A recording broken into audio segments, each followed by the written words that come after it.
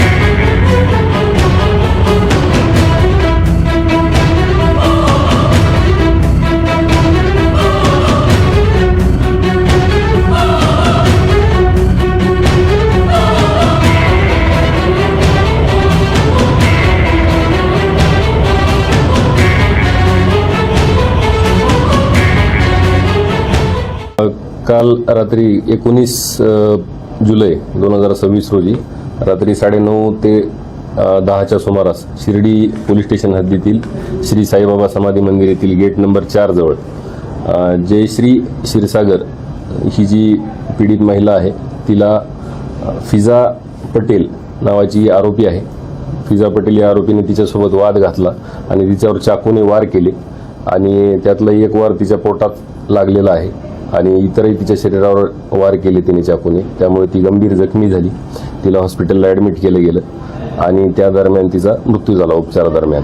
तर या अनुषंगाने सदर फिजा पटेल जी आहे हिने सदर मारामारी करताना अंजली नावाची जी दुसरी आरोपी आहे तिला फोन केला आणि तिला हे सांगितले की तुझ्यासोबत जी वाद घालते ती अशी अशी इथं आहे आणि तिला मी थोडक्यात अंजलीच्या सांगण्यावरून तिनं हिला फिजा पटेलनं जयश्रीला तिचा खून केलेला आहे।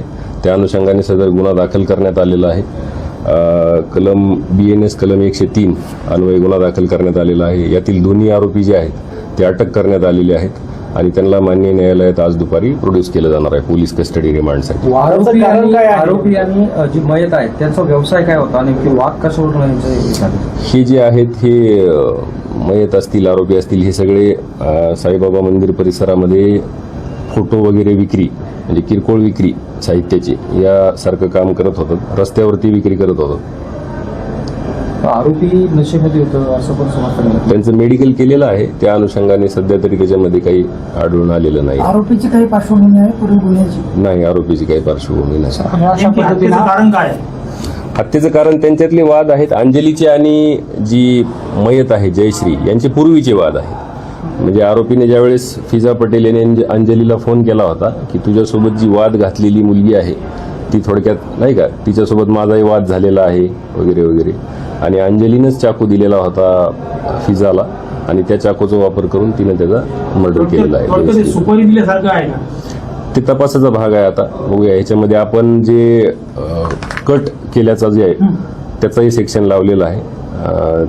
कलम BNS कलम 161(2) हे जे कलम आहे म्हणजे जुनं आपलं IPCचं 120(ब) म्हणायचो आपण, तर ते कलम पण आपण लावलेलं आहे। सर, शिर्डी साई मंदिर परिसर जो आहे यामध्ये अनेक मुलं मुली जे आहेत ती अशी गुन्हेगारी करताना दिसतात, अल्पवयीन आहेत, काही मोठे असतात, काय त्या अनुषंगाने आता आपण जे गंध लावणारे वगैरे किंवा असे लहान मुलं असतील किंवा काही भीक मागणारे असतील यांच्यावर पोलीस स्टेशनकडून वारंवार यापूर्वी कारवाई केली गेलेली आहेत। 2 वेळा आपण जे अल्पवयीन मुलं आहेत त्यांच्या पालकांवर सुद्धा गुन्हे दाखल केलेले आहेत आणि भिकाऱ्यांच्या अनुषंगाने पण आपण त्यांच्यावर कारवाई करून त्यांना विसापूर येथील जे त्यांचं हे आहे जिथे त्यांना स्थानबद्ध केलं जातं तिथं आपण पाठवलेलं आहे। यापुढे सुद्धा आपण याच्यावर चांगल्या प्रकारे कारवाई करूया. लोक तिथं बघणारे होते, त्या अनुषंगानं आपल्याला तिथून कॉल आल्यानंतर तात्काळ आपण घटनास्थळी पोहोचल्यामुळेच आपल्याला आरोपी म्हणजे पळून गेले नाहीत, आपण पकडू शकलो आरोपींना.